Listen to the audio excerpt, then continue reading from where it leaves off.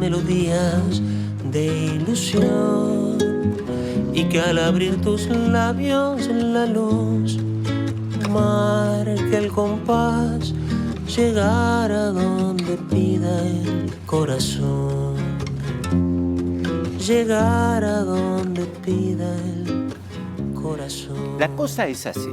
Yo venía en el ómnibus 300 para el canal, que es el recorrido que hago.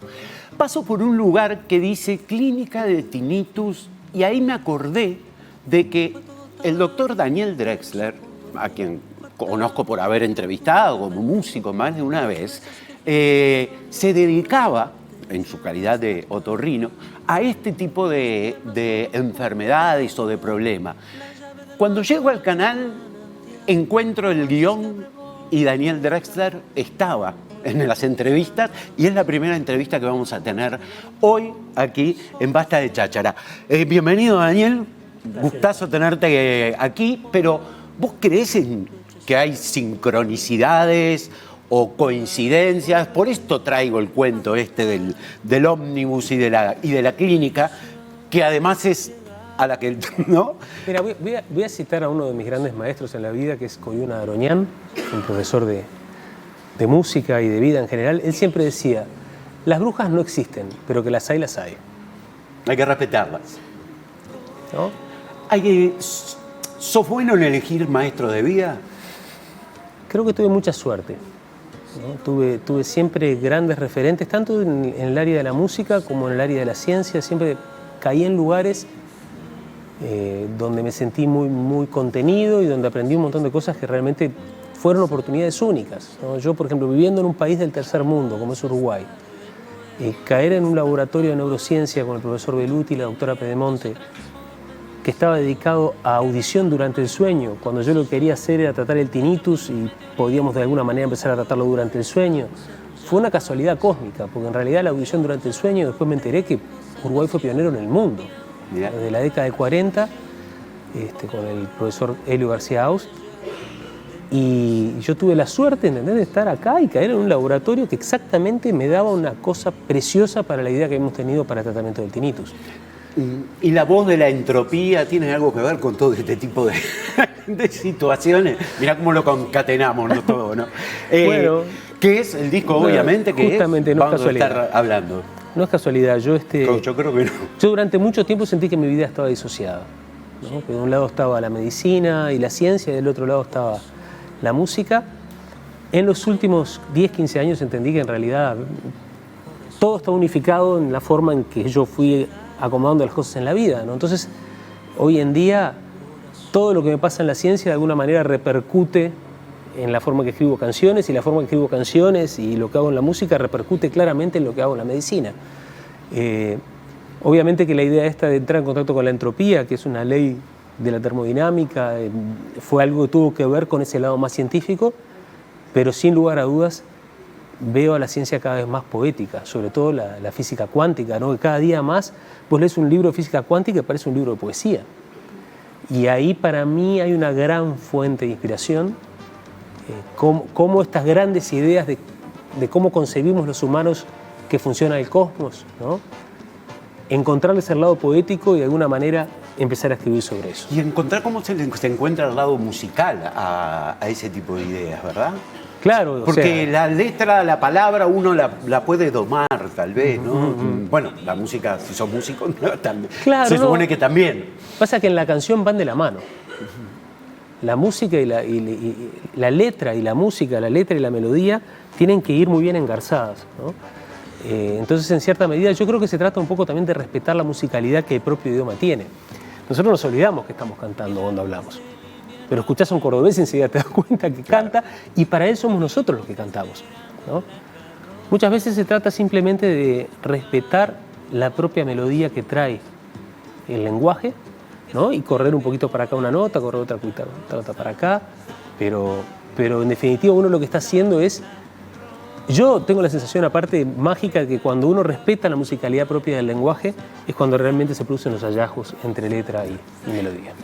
La voz de la diosa Entropía, el disco que ya lo presentaste, que además te llevó por lugares inesperados, ¿no? Algún sacudón, cada tanto viene bien en la carrera, ¿no? Sí, por supuesto, sí. Como por ejemplo... Hicimos una propuesta muy teatral, entonces salimos a buscar teatros para presentarlo en fines del año pasado.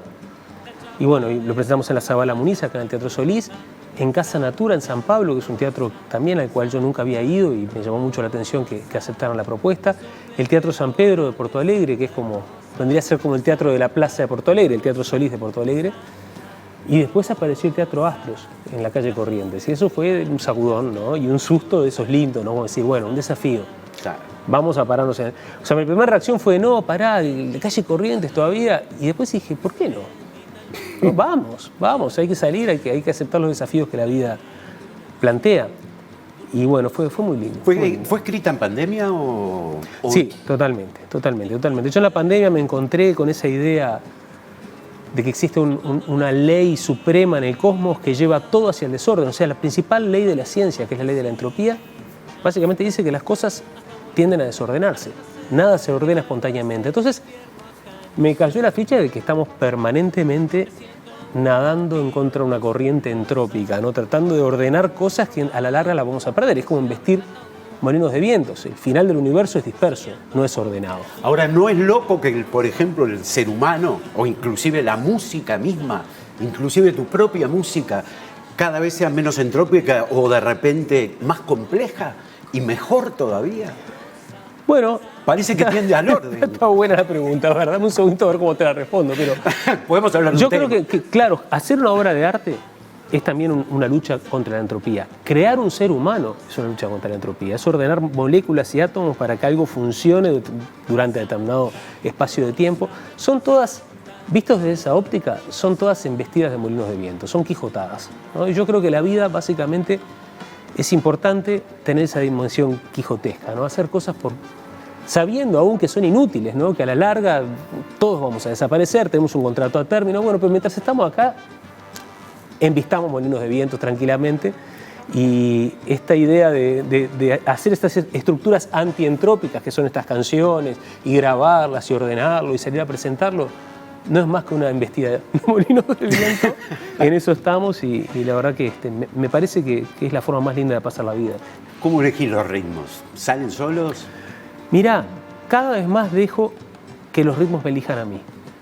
O sea, cada vez más me suelto sobre lo que es la trilla sonora de mi vida, ¿no? Yo vivo en una ciudad como Montevideo, donde los tambores de candombe se escuchan permanentemente, ¿no? Es ese sonido de fondo. Donde la cumbia se escucha arriba de los ómnibus, donde se escucha el reggaetón. Bueno, todo eso dejo que me impregne y que después que aflore espontáneamente. Ya no me gusta mucho forzar las cosas.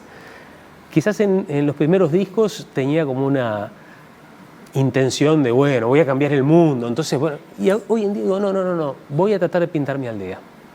Punto.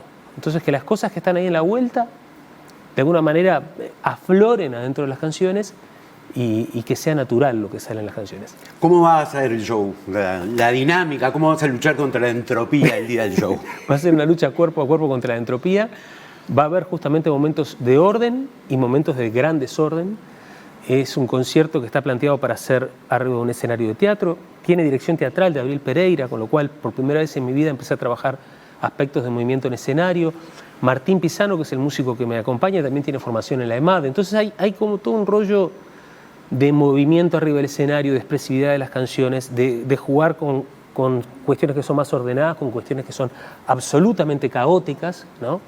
Tratar de alguna manera de llevar esta metáfora de la lucha entre el orden y la entropía arriba del escenario.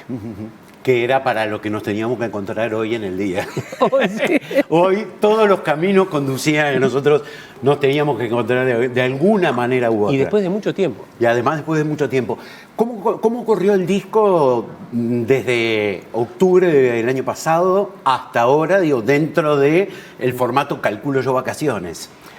O sea que yo estoy muy contento con lo que está pasando con el disco. Estoy muy contento porque empecé a tener de a poquito un espacio en las plataformas, que no es nada fácil, ¿no? Y empecé a sentir que de alguna manera la acumulación de años de trabajo está generando algo que, bueno, a un artista le gusta saber que del otro lado hay un público que escucha, ¿no?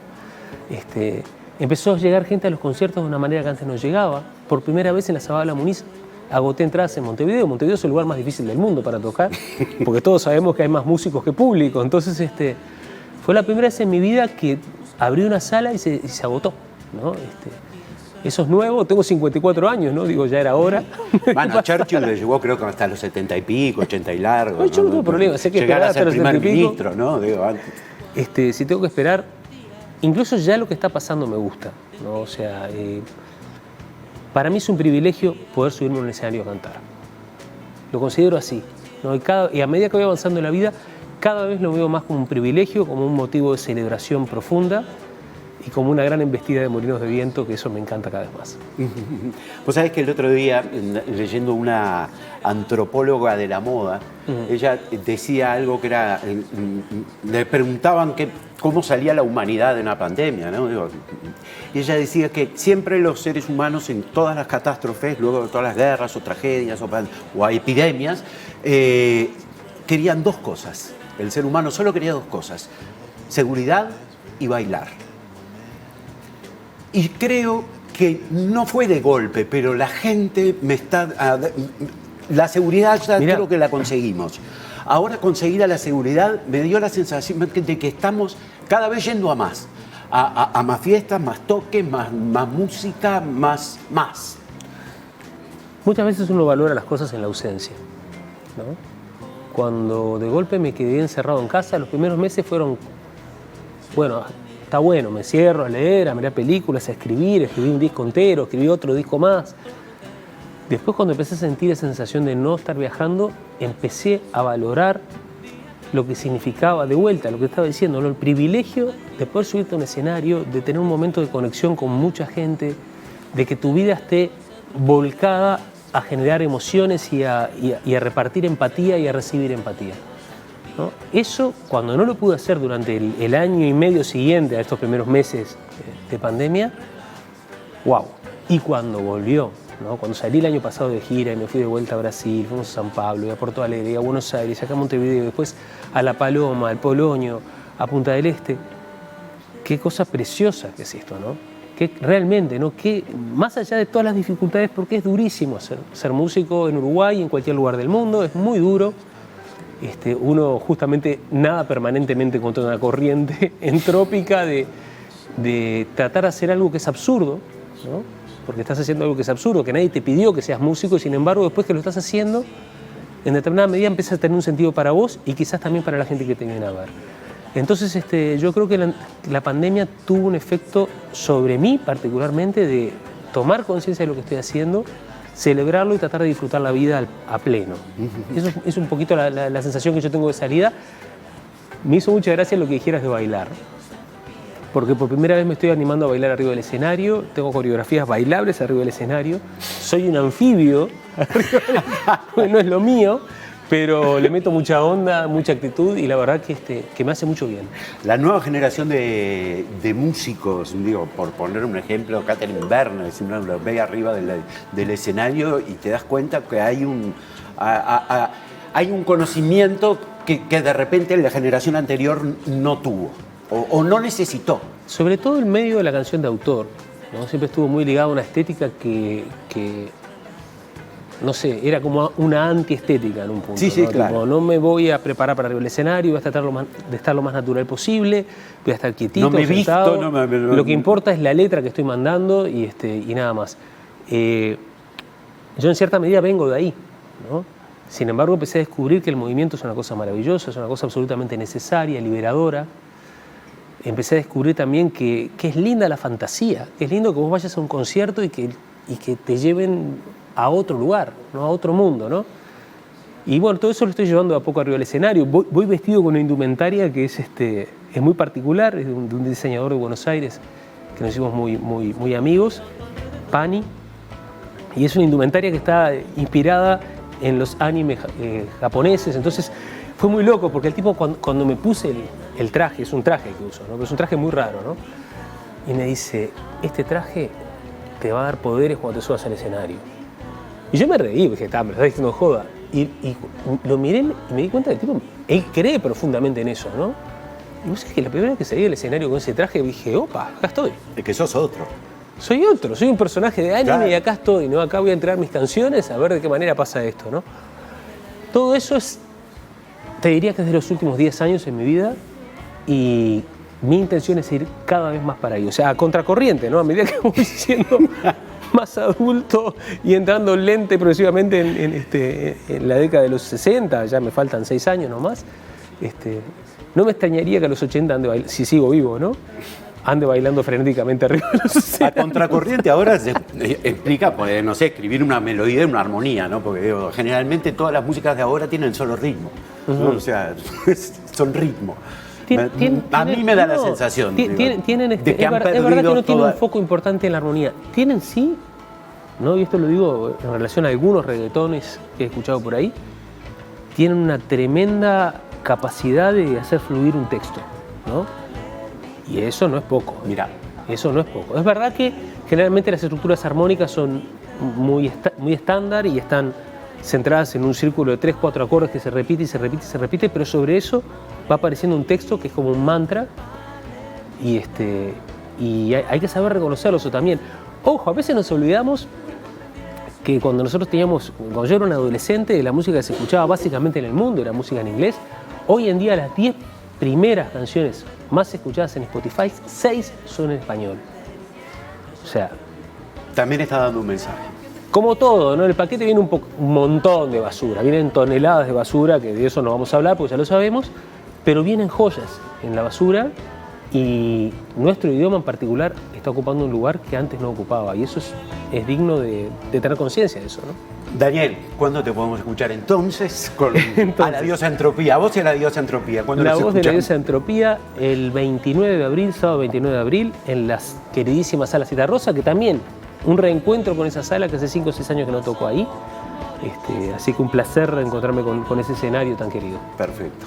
Te agradecemos enormemente tu presencia, la charla, los pensamientos y, bueno, simplemente haber estado acá. Yo te agradezco y celebro la sorpresa de haberme encontrado contigo después de tanto tiempo también. Arriba.